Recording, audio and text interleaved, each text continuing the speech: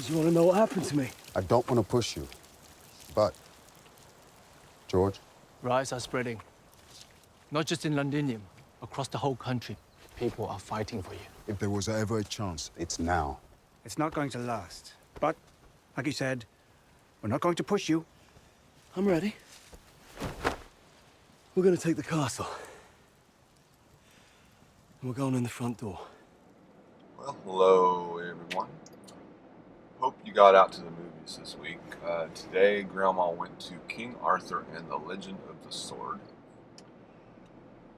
which is, I think we can safely say, loosely based on the King Arthur legend. If anything, this is a prequel to the sort of Legend of Camelot and King Arthur that we know of, because there's no Lancelot, no Guinevere, none of that whole story that everybody's familiar with. This is all about before that. This is all about how he became king, and before that even. And That's right. And so, I think we can safely say also there's a lot of license taken and things added and put in to make an interesting movie, but again, they don't have any sort of relationship to any King Arthur story that we're familiar with. Correct? Pretty sure. Sort of, kind of. Yeah. Having said that, the story follows, begins with, again, King Arthur's father being killed by his brother, and then again him taking over the kingdom, and King Arthur as a child escapes and grows up on the streets as sort of a street rat, sort of Aladdin-ish sort of character almost. Yeah. But eventually he comes to know that he is the reluctant heir to the throne, and then again the rest of the film, as one might assume, is about how he takes back the throne. What did you think of it, Grandma? It was an enormous amount of medieval swordplay. Swordplay. There are horses in it, but it's mostly swords, I would say.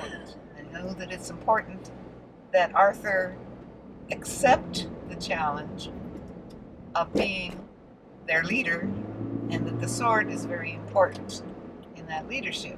And it's important because, again, there's a lot of magic about. Oh, yes. Not all of it good magic, and again, the magic of Excalibur is sort of needed.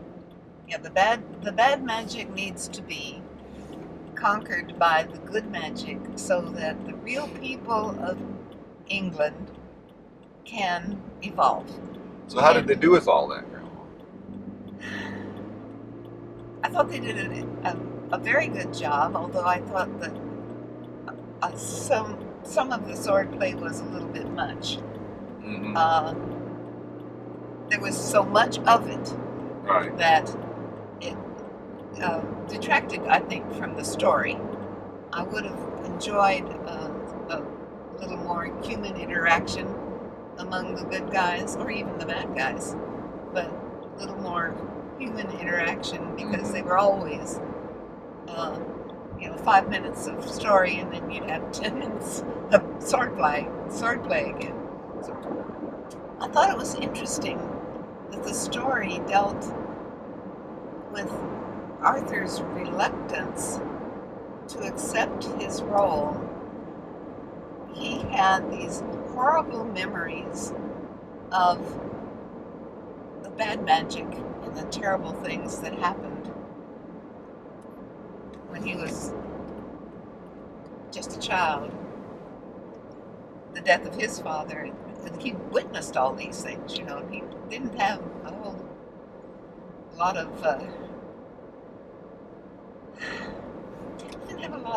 And again, he's also wanting to be involved in this thing. Well, again, he's also reluctant because, again, a lot of bad things happen to his friends along the way. So he knows if he gets involved in this, it's going to be really tough, right. and there's going to be all kinds of problems.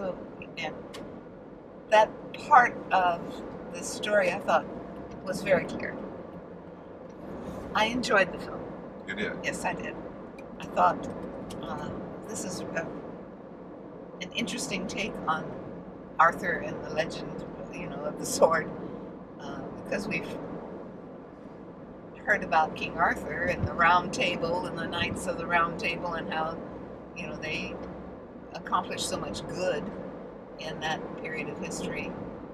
And this was showing how that possibly might have actually come about, very fanciful. I enjoyed it. What did you think? I enjoyed it too. I thought it was pretty good. If anything, I would fault them for looking a little too far ahead. Too far? Well, again, there's no Lancelot, no Guinevere, none of the real, Right. good parts of the legend that we know. This story that they've basically It doesn't made go up that far.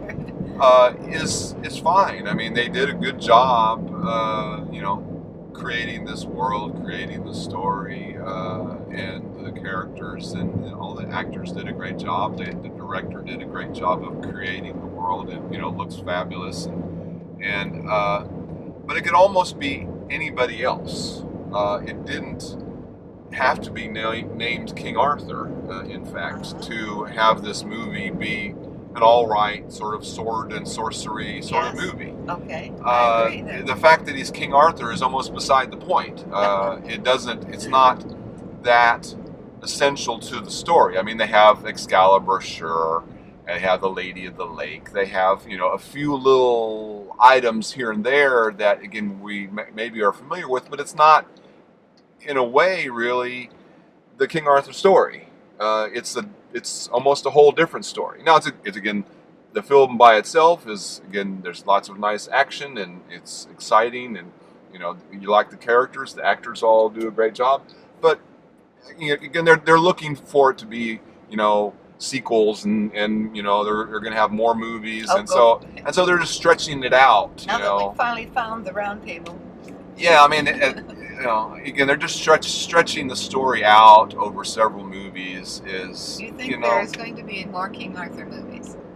Well, that's what they were hoping when they made it. Okay. Whether they end up with the sequels or not, I don't know. But for this movie, at least, I would recommend it. Again, it's interesting and exciting and pretty well done. Well, I would recommend it too, but it's not a two thumbs movie. Okay. It's just a one thumb movie, but that is a recommendation. It's not as especially wonderful as some of the others we've seen recently. Not especially wonderful. No, but it was entertaining and interesting. It kept my attention. Yes. And I was pulling for King Arthur. Come on, boy. Come on. I mean, he wasn't king then, but I was pulling for Arthur. Arthur, come on, Arthur. You can do this. Get a hold of Excalibur. The two of you need to get together. I was cheering for him. Okay, so you recommend it? So I do recommend it. Yes, I do. And I do too. Yes. Thumbs up. Sounds good.